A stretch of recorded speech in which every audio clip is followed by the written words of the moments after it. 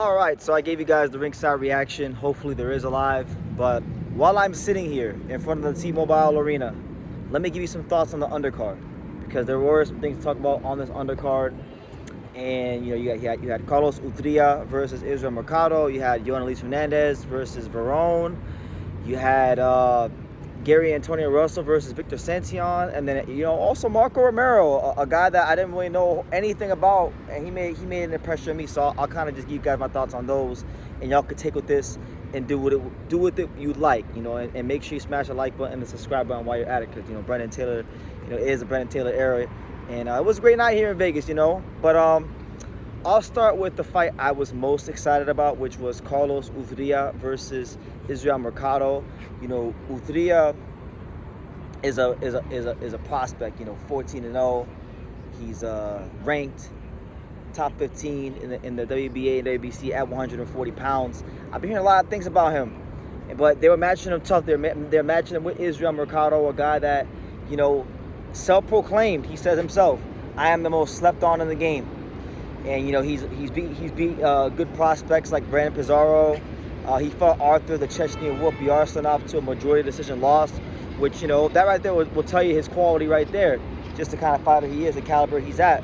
So it was an interesting fight. Utria, I think, did a great job with the long rangy jab, straight right hand. But one thing about it was like a your turn, my turn type of fight. Guys were taking turns exchanging and things like that. Utria, even when he was winning exchanges and leading exchanges, he failed to really show that he had another gear.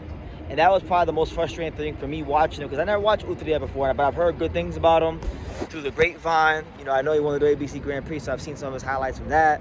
But as the fight wore on, it just felt like Marcado was the guy that was digging deeper, that was the craftier fighter, whose punches meant more down the stretch, and I thought he outworked him.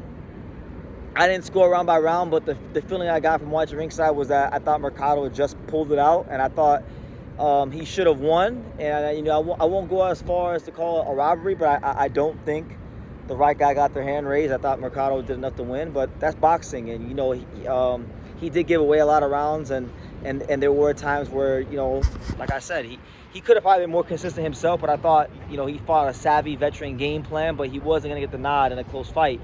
Utria as a house guy, but Marcado definitely, especially in that last round, I think his last round in the 10th round was probably the best round any fighter had in the whole fight, because Utria was very flat.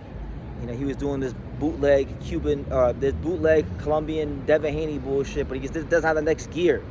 You understand? So good fight.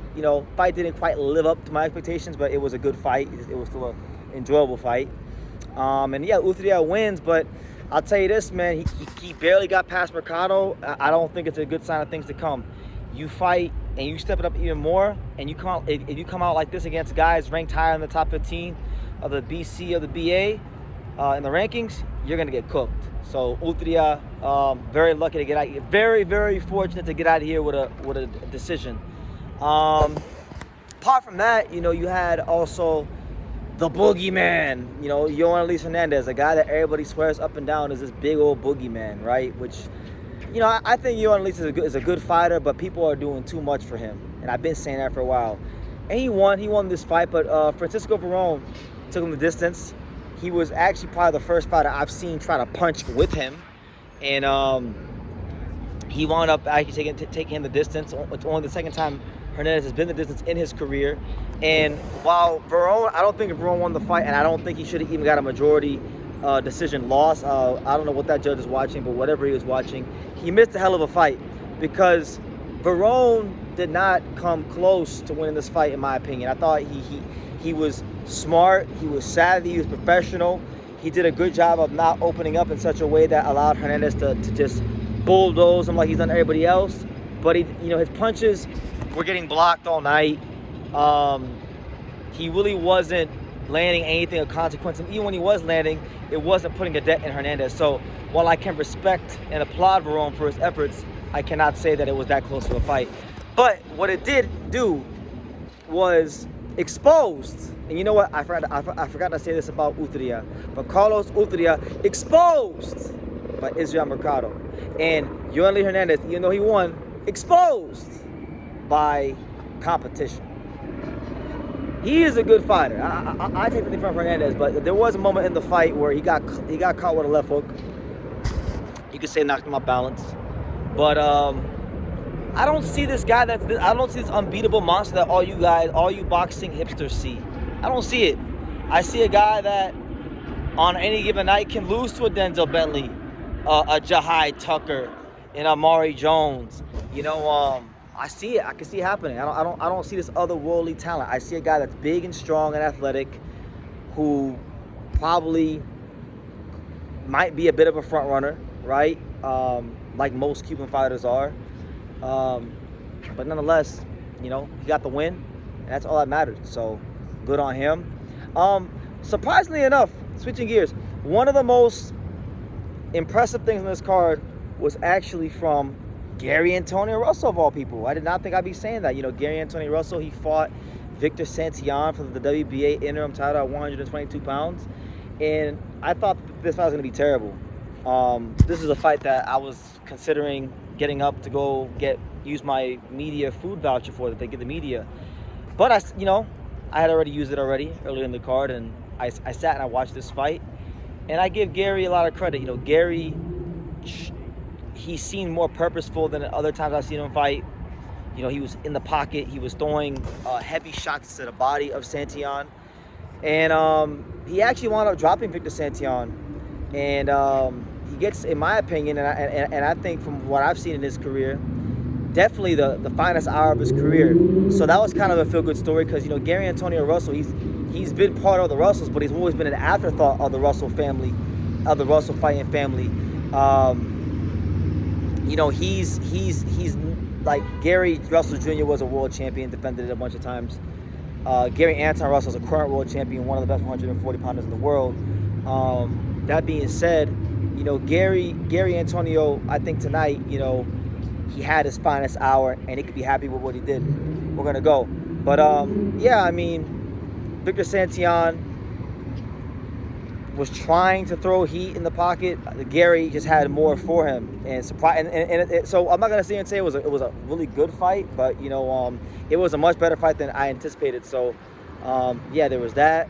And then last but not least, as I walk to get this food that I've been waiting for after the fight, but I want to tip my cap to Marcus Romero.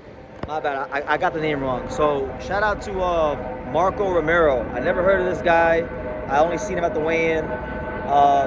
From Kansas, like 14-0, 12 knockouts. He's a guy that just signed with PBC less than a month ago, and they matched him up with 6-1 Khalil Mitchell, and he made quick work of him. But it wasn't so much that he knocked this guy out. It was how he went about it that really impressed me. He was marching forward.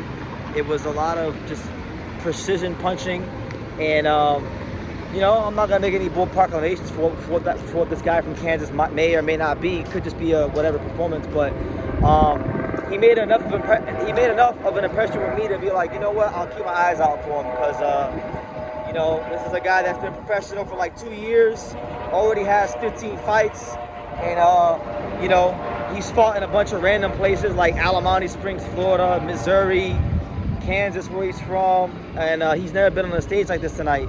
And he went out there and he commanded the stage very, very well. It was exciting. So we'll definitely keep our eyes on him.